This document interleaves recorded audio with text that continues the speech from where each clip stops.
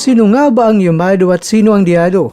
Narito ang malalim na pagsuri sa bakbakan ni John Neri Al Casimero kontra yan kay Luis Neri na gaganapin sa April 18, 2026 sa Gazprom Sports Complex, Bishkek, Kyrgyzstan. Ang laban na ito ay para sa vacant World Boxing Association Gold Super Bantamweight title.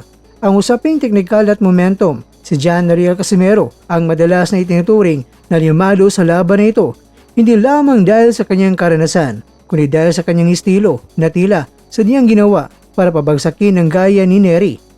Lakas at knockout power. Si Casimero ay kilala sa kanyang one-punch knockout power na nananatiling epektibo kahit sa mas mataas na timbang. Ang kanyang kakayahan na magtapos ng laban sa isang iglap ay nagbibigay sa kanya ng psikolohikal na bintahe.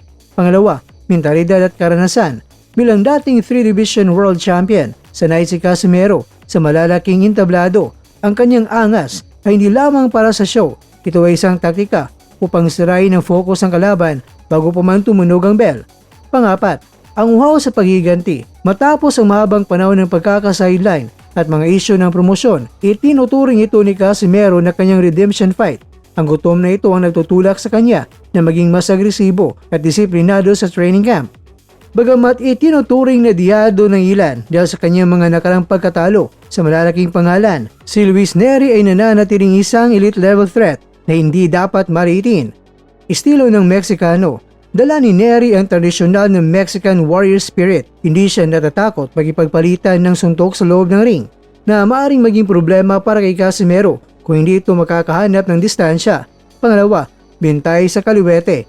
Bilang isang southpaw, si Neri ay nagbibigay ng kakaibang anggulo sa pag-atake na madalas makapagpalito sa mga orthodox fighters. Ang kanyang mabilis na kombinasyon at pag-atake sa katawan ay pwedeng makapagpabagal sa agresibong si Casimero. Pangatlo, motibasyon sa muling pagbangon. Tulad ni Casimero, nais ni Neri na patunayan na kabilang pa rin siya sa pinakamagaling sa mundo matapos ang kanyang mga uling laban. Ang pagiging underdog ay nag-alis ng pressure sa kanya dahilan upang lumaban siya ng mas malaya at mapanganib. Ang laban nito mga kwento ay hindi lamang tungkol sa dalawang boksingero. Ito ay muling pagpapasiklab ng pinakamainit na rivalry sa kasaysayan ng boxing, Pilipinas kontra Mexico. Kasaysayan ng bakbakan. Ang tunggaliang ito ay nagpapaalala sa mga klasikong laban ni Pacquiao at Marquez at bawat suntok ni Casimero at Neri ay bitbit ang dangal ng kani-kanilang bansa.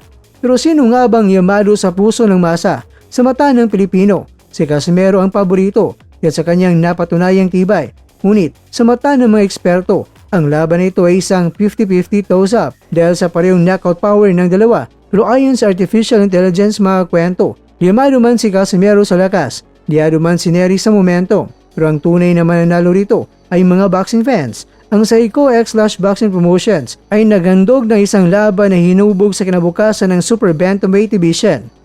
Mga kwento, huwag kukurap dahil sa April 17, 18 at 19 sa taong 2026, yayanig ang Gazprom Sports Complex sa Bishkek, Kyrgyzstan sa pagtatagpo ng dalawang higante ng boxing. Ito na ang pagkakataon nating masaksihan kung sino nga ba ang tunay na mag-aari at mapapasakamay ang WBA Gold Super Bantamweight title sa pagitan ng bagsik ni Luis Neri at bilis ni John Neri Al Casimero. Ang makasaysayang Philippines versus Mexico rivalry ay muling magbabaga kaya tiyakin na nakatutok sa Seiko X official na YouTube channel para sa worldwide live coverage. Isang knockout night ang garantiya kung saan ang bawat patak ng pawis at bawat bitaw ng kamao ay magdidetermina kung sino ang Yamado at sino ang magugulat na Diado. Kaya naman, ihanda na inyong hiyaw at suporta dahil ang laban na ito ay hindi lang para sa titulo, kundi para sa dangal natin syempre at karangalan ng ating lahi.